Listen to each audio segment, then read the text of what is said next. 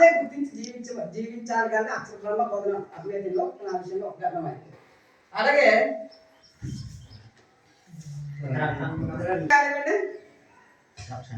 రక్షణ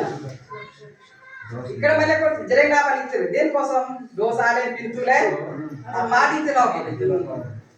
ప్రతిసారి జరిగిన వాడే మా పాప పొద్దున్నే కూడా మన తనకు దోషం అని కూడా నివారణ జరగాలి, రక్షణ జరగాలి, మంచి జరగాలి జరిగిన చెప్తుంది. అటువంటి నివారణ కూడా కొనమని దాని అక్షరం లేకపోవడంలో అని అర్థమైంది. అంటే శివులుగా ఉండేది ఈ అక్షరం దాంట్లో ఇంకా ఫస్ట్ వర్షంలోని గాలి అక్షరం గాలి విజ్ఞానం అంటే భగవంతుడు కానీ విమానాలు కానీ పెద్ద సైంటిస్టులు రేఖట్లు కనుక్కోండి కానీ చూసుకుంటే ఏ విధంగా వచ్చింది కానీ పెట్టే జ్ఞానం ద్వారా దేవుడు ఇచ్చినటువంటి జ్ఞానం ద్వారా ఇంత పెద్ద స్థాయి కూడా వెళ్ళగలుగుతున్నారు. కాబట్టి జ్ఞానం అనేది భగవంతుని కానీ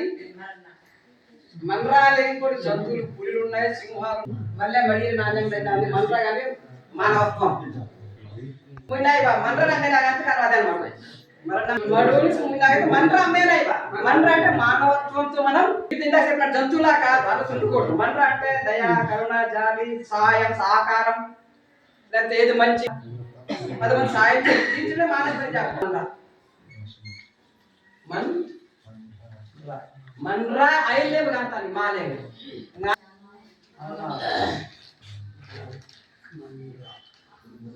లాలే కానీ మట్టి కానీ నాలే కానీ కీర్తి కానీ దాన్ని కీర్తి కీర్తి కీర్తి రాసం బారా నగరకండి. అలాగే వాళ్ళే కానీ అని సమాధానం కానీ సమాధానం కానీ వెళ్ళి వస్తుంది ఒకే వార్తాన్ని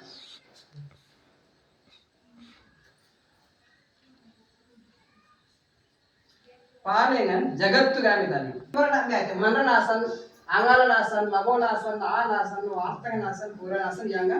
వివరణ మేర మళ్ళీ ఉపయోగం అయితే అనేది మనం ఒకసారి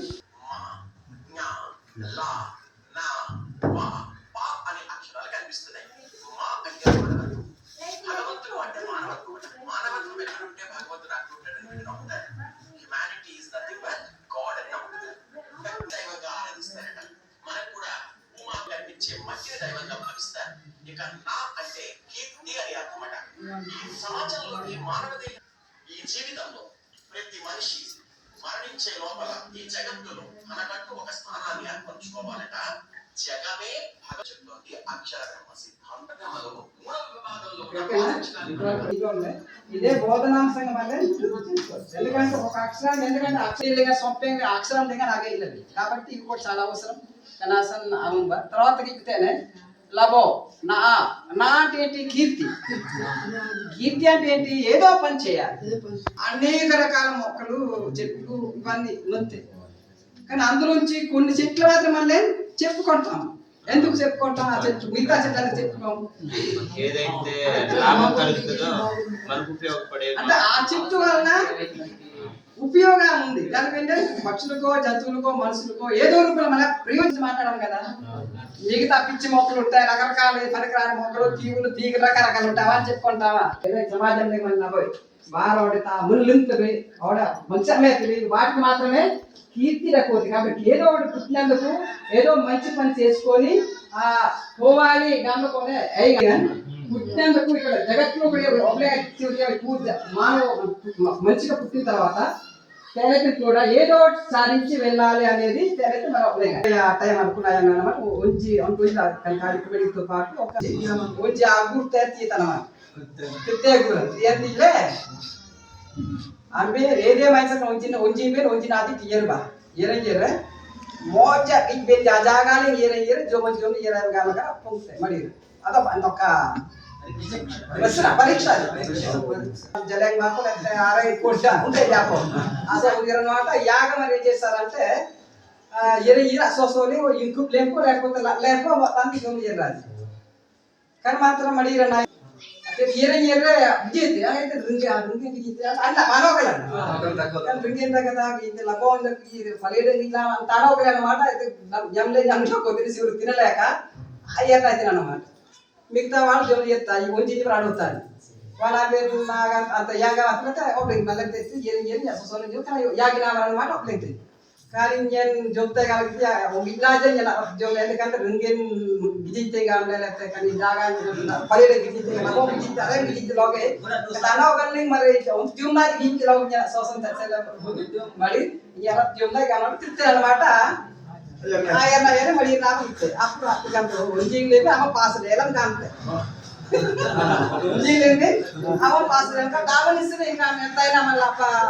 ప్రజాజీ గడితే సోడాతే సొంతంగా అన్నట్టుగా నా ఆశీర్వాదం జాగే అక్కడ మీరు పరీక్ష అన్నమాట అని నిజంగా తీసుకురా పంచ భూతాలు ఉన్నాయి కాబట్టి తప్పకుండా ఒకవేళ మన భూతాల జంతువుల్ని కోపంతో అదే చూడుకోవచ్చు కానీ ధర్మ మాత్రం కంపల్సరీ నిజాయితీ ఆ శిక్ష అనేది ఏదో రోజు ఎక్కడో దగ్గర అనుభవించాల్సింది నీతిగానే నిజాయితీగా మళ్ళీ అరవడానికి అర్థమై నిజంగా మళ్ళీ అంత నిజాయితీ ఉంటున్నా మనదైతేనే తీసుకోవాలి మనదైతేనే పొందాలి తప్ప వేరే వాళ్ళది ఒకరిది మనం అమ్మే కానీ హక్కుతే ఒకవేళ తీసుకోనా శిక్షించేవాడు ఒక ఉన్నాడు భయమైన ఉండాలి పంతొమ్మిది ఒక్కరైనా నిజంగా తప్పు చేయం పంతొమ్మిది లేనప్పుడే చేస్తాం సాధారణంగా ఎందుకంటే చూడలేదు కదా నిజాయితీ కదా ఉన్నది అనే ఉద్దేశం చేస్తాం కానీ చూసేవాడు ఉన్నాడు లోకమంటే గుర్తించవు అక్కడ కాబట్టి ఆ విధంగా గొప్ప బోధన వల్ల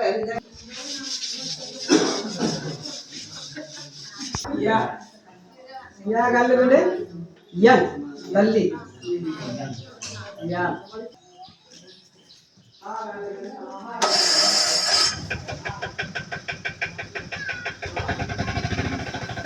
హరి అంటే అరే అరే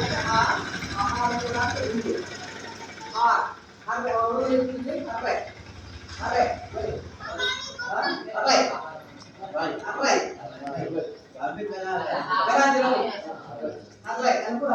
యారా హాక కేతు దైవం కేతు